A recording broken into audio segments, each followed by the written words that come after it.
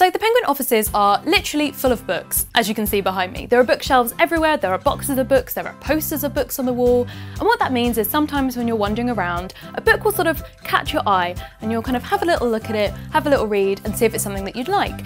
And that happened with me the other day with this very book. It's called The Key to Happiness by Mike Viking. I think something that we would all like to find. So obviously I took it off the shelf to read a little bit closer. So it turns out that this book is based on the science of happiness, which is an actual thing. It splits itself into 6 different sections, which are all places in your life that you might want to be more happy, and kind of goes through ideas and ways in which you can implement happiness in your life. There's exercises, for example, little tasks that you can do, ways of changing your thinking, and there's also some really interesting sections where it goes into different countries in the world and different cultures and how they improve happiness in different ways. So for example, in this section on how togetherness can improve your happiness, it goes through different cities which have kind of brought people together in different ways to increase happiness within a whole community. For example, you have the urban agriculture movement in Detroit.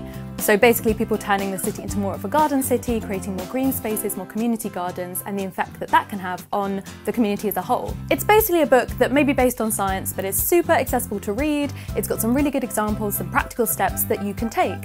So I guess this is my first recommendation in books that could help change your life. So obviously in that first book, I talked a little bit about how exercises or ideas for like practical steps to implement happiness in your life can be completely life-changing.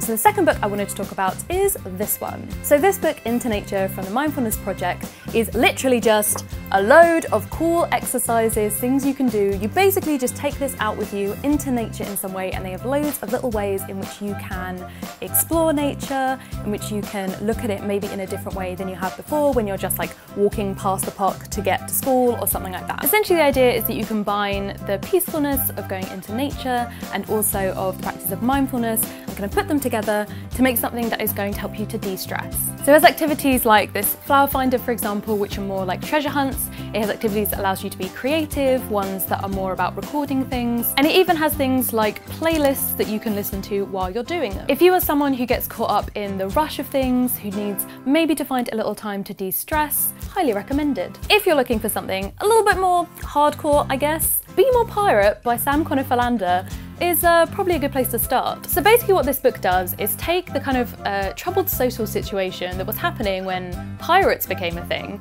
and compares it to our current world and says, what can we learn from the age of piracy that we can implement in our life right now?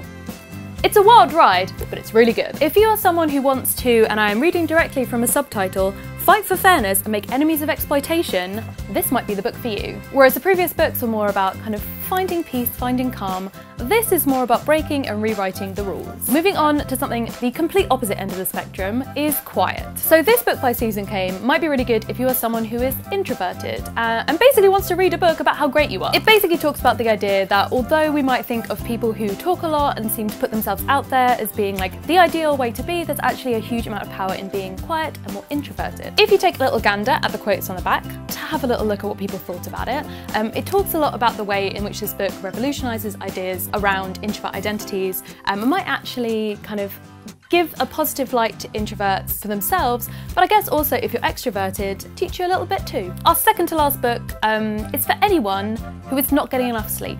If you're the person who is on Netflix at 2 AM, if you're the person who struggles to get up for school, for work every single day, you might need this book. Why We Sleep by Matthew Walker. So this one, as it literally says on the front cover, is another one where we're going to delve into science a little bit. We're talking everything sleep in this book, why it's important. We're talking caffeine, we're talking jet lag, we're talking sleep deprivation, torture, science experiments, it's all here. And potentially learning about the true power of a good night's sleep may help you go to bed from watching Netflix at like maybe 1 AM, you know, like small steps, baby steps. And for our final recommendation, I thought we'd kind of merge together some of our other things we talked about happiness, a little bit about things that are interactive in some way with this book. Make Someone Happy by Emily Coxhead is essentially what it sounds like. This is something that isn't working towards your happiness, but it is helping to make other people feel good. Although, to be honest, in turn, kind of being generous, giving away happiness to other people